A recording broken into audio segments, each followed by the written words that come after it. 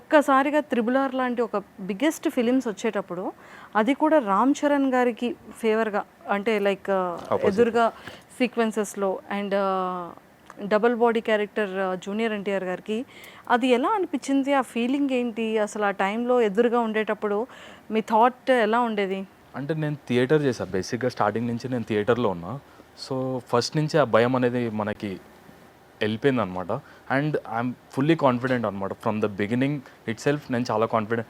And నేను ఒక షాట్లో రామ్ చరణ్ గారికి అవసరం లేదు నేను direct I to I match చేయడం, కానీ స్టిల్ నేను చేస్తున్నా అంటే ఆ ఫీల్ ఇవ్వాలి రామ్ చరణ్ గారికి అని చెప్పి అంటే ఫుల్ కాన్ఫిడెంటే ఉంటుండే. కానీ నేనేమనుకున్నా అంటే 'ట్రిపుల్ ఆర్'తో మన లైఫ్ చేంజ్ అయిపోతుంది అనుకున్నా.